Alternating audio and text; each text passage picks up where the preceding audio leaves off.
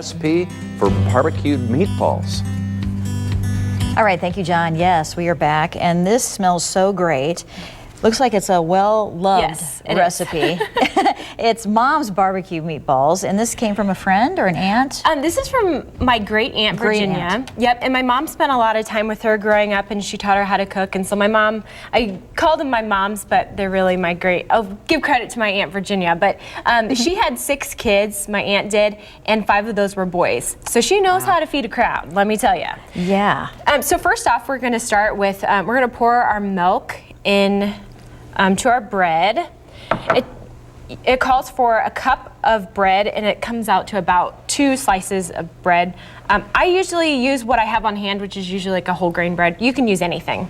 So we're gonna have this soaking, and then into our bowl we're going to add our onions. Make sure that you dice them up really small because they're not gonna be cooked beforehand before you put them in the oven.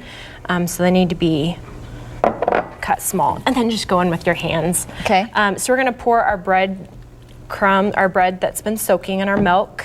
And I'm just gonna go in. And that makes it fun, just Yeah, exactly. Okay. And then for the sauce, you're gonna help me out with the sauce. We're gonna put the water and the vinegar and the ketchup, the brown sugar and the Worcestershire all in the bowl. Okay. And you can then put this on your stovetop and boil this mixture, let it come to a boil with the green pepper. And then once we've got our meatballs made, you're just going to pour the sauce over the top of our meatballs. I always put a sauce on top of like my meatloaf. Yes.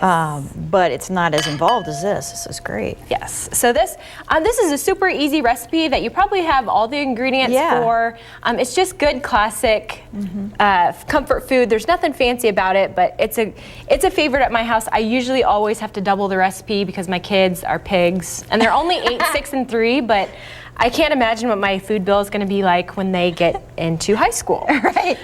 So last thing is you're just gonna pour our sauce over the top, and we're gonna pretend like it came to a boil. Okay. And then you're just gonna put it in the oven. Obviously, the larger you make your meatballs, the longer it's gonna take to cook. That goes on top. Yep. Okay. And so typically, I make them a little bit smaller because I have kids asking when supper is gonna be ready every 10 seconds. And here it is. Well, it smells so good. Let's give it a try. This is really good. Like I said, it's definitely a family favorite at our house, and it's one of those things we'll be passing around down to generation generation for years to come. Thanks to your Aunt Virginia for this recipe. John, there's plenty here, don't worry. And the recipe is on our Pure Nebraska Facebook page already. Back to you.